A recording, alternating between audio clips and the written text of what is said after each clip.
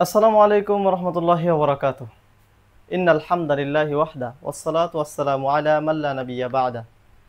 সম্মানিত দিনী ভাই ও বোনেরা, আজকে আমাদের ক্লাসের অংশ হতে যাচ্ছে সবচেয়ে গুরুত্বপূর্ণ এবং সবচেয়ে আকর্ষণীয়। সেটা হচ্ছে দ্বিতীয় ক্লাসের প্রথম পর্বে মাখরাজের পরিচয়। কায়দার কয়েকটা পার্ট রয়েছে যেগুলো খুবই গুরুত্বপূর্ণ। হরফ সম্পর্কে জানা, হরফের বিষয়গুলো বোঝা, যেটা আমরা গত ক্লাসে পড়েছি। আর আজকে পড়ব গুরুত্বপূর্ণ বিষয়ের অন্যতম বিষয় হচ্ছে মাখরাজ সম্পর্কে জানা, অর্থাৎ মাখরাজ কি এবং মাখরাজের পরিচয় সম্পর্কে আমরা জানবো, মাখরাজের সাথে একটু পরিচিত হব আর কি। তো চলুন শুরু করি আমরা বিষয়গুলো। মাখরাজ শব্দের অর্থ কি, এটা যদি আমরা প্রশ্ন করি, মাখরাজটা আসলে কি, এটা এই প্রশ্ন আসবে প্রথম, তাহলে তার উত্তর হবে আরবিতে মাখরাজ শব্দের অর্থ হলো উচ্চারণের স্থল। অর্থাৎ আমরা যে কথা বলছি, আরবি, বাংলা, ইংরেজি যাই বলি না কেন, এই যে কথাগুলো বের হচ্ছে, যে মাধ্যমে বের হচ্ছে, সেই মাধ্যমগুলোকেই বলা হয়, সেই উচ্চারণের স্থান বা স্থলকেই বলা হয় মাখরাজ। আরবিতে মাখরাজ বলা হয়, বাংলায় উচ্চারণের স্থান বলা হয়। 2 নম্বর বিষয় হচ্ছে যে শব্দ, অর্থাৎ আমরা যেটাই মুখ দিয়ে বের করছি, আমি 2টার ব্যাখ্যা একবারে দিয়ে দিলাম আপনাদেরকে। যেখানে অক্ষরের ধ্বনি বের হয় সেটি হলো মাখরাজ। বাংলা আমরা ধ্বনি পড়েছি, তো ওই ব্যাখ্যা না যায় শর্টকাটেই বলি, যেখানে অক্ষরের এই ধ্বনিটা বের হয়, যে মাধ্যমে অক্ষরের ধ্বনিটা বের হয়, সেই জায়গাটাকে মূলত মাখরাজ বলা হয়। এরপরে প্রশ্ন হচ্ছে মাখরাজ জানার আসলে গুরুত্ব কি, কেন মাখরাজ জানবো, কোন কারণে আমার মাখরাজটা জানা প্রয়োজন। বিষয় হচ্ছে কোরআন সঠিক তেলাওয়াতের জন্য অক্ষরের মাখরাজ জানা জরুরি। অর্থাৎ আলিফ থেকে ইয়া পর্যন্ত যে হরফগুলো আমরা শিখেছি, আলিফ থেকে ইয়া পর্যন্ত যে হরফগুলো আমরা বুঝেছি, পড়েছি, মুখস্থ করেছি, সেই হরফগুলোর সঠিক উচ্চারণ এবং সেই হরফের সাথে সংশ্লিষ্ট যে তেলাওয়াতগুলো আমাদের সামনে আসবে, সেই তেলাওয়াতের সঠিক উচ্চারণ যে যদি করতে হয় আমাদেরকে, তাহলে অবশ্যই অক্ষরের মাখরাজ আমাদেরকে জানতে হবে। প্রত্যেকটা অক্ষরের মাখরাজ যদি আমরা জানতে পারি, তাহলে এইটা আমরা বিসমিল্লাহির রহমানির রহিম পড়তে পারবো। আর না হলে বিসমিল্লাহির রহমানির রহিম সিম্পল, নাউজুবিল্লাহ, এই যে হয়ে যাবে তেলাওয়াতটা। কিন্তু ক্লিয়ার তেলাওয়াত যদি আমরা করতে চাই, তাহলে মাখরাজ জানা জরুরি। তারপর হচ্ছে ভুল মাখরাজ উচ্চারণ করলে শব্দের অর্থের পরিবর্তন হয়ে যেতে পারে। ভুল মাখরাজ উচ্চারণ করলে শব্দের অর্থের পরিবর্তন হয়ে যেতে পারে। সংক্ষিপ্ত একটা কথা যদি বলি, তাহলে আমরা এই যে হরফটাকে, এটাকে আমরা পড়েছি কফ। কফ হচ্ছে শুরু।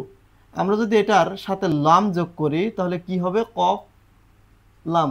আপনারা যদি আমার ভাষাটা বুঝতে পারেন, লেখাটা আগের ক্লাসের প্রথম ক্লাসের 5ম পর্বে এই বিষয়টা ক্লিয়ার করা আছে যে এই হলো কফ, এই লাম, আমি এইটাকে একসাথে করতে চাইলে এইভাবে করব। এখন এইটার অর্থ হচ্ছে কুল, মানে বলো। এই কুল মানে বলো। এবার আমরা যদি এই কফের জায়গায় উচ্চারণ করতে গিয়ে কাফ উচ্চারণ করি, যেমন আমরা উচ্চারণ যদি করি কাফ, এটা হচ্ছে এই কাফ, যেটা মধ্যখান পেঁচানো কাফ বলে, এই কাফ। এই কাফের সাথে এই লাম যোগ করি, সেটা হলো এই হলো কাফ আর লাম যোগ করলাম। তাহলে আমরা এখানে যদি কাফ লাম পেশ কুল দেই, এই যে বিষয়টা দিলাম, এটা হলো আমরা লিখছি এটা কফ লাম পেশ কুল, কিন্তু বলছি কাফ লাম পেশ কুল। তাহলে এই কুল হু আল্লাহু আহাদ এর জায়গায় যদি কুল হু আল্লাহু আহাদ পড়ি, তাহলে এর অর্থ হবে খাও। নাউজুবিল্লাহ, অর্থ কি হবে, খাও, মানে খাও, আল্লাহ তাআলা এক।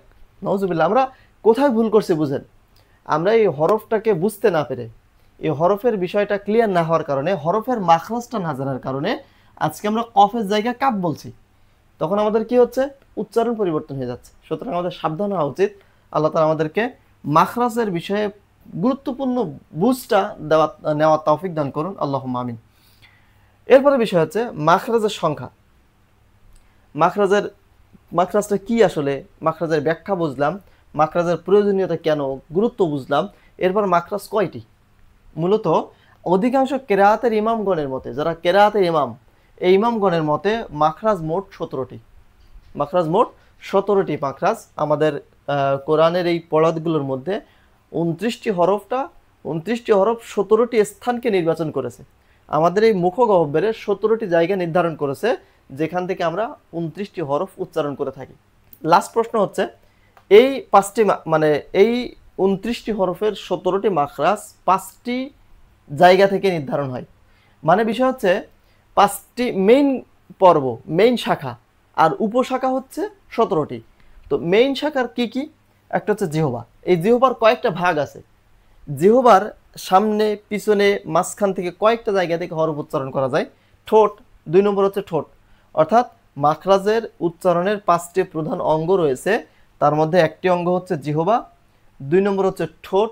ঠোঁট শুধু বিভিন্ন ঠোঁটের বিভিন্ন স্থান থেকে হরফ উচ্চারণ করা যায়। 3 নম্বর হচ্ছে গলা, এই গ্রীবা, গলা, এটাই। 4 নম্বর হচ্ছে নাক, আমাদের যে নাকের বাসি বা মূল নাক, এই সব জায়গা থেকেই। 5 নম্বর হচ্ছে মুখ গহ্বর, অর্থাৎ হাওয়া বের হওয়ার স্থান। এই যে মুখের ভিতর থেকে যে একটা হাওয়া বের হচ্ছে, কথা বলছে যে হাওয়াটা বের হচ্ছে, এই স্থানে যে মুখ গহ্বর, এই পুরো স্থানটাই মূলত 5টি অঙ্গের অন্যতম একটি অঙ্গ। অর্থাৎ আমরা কি শিখলাম?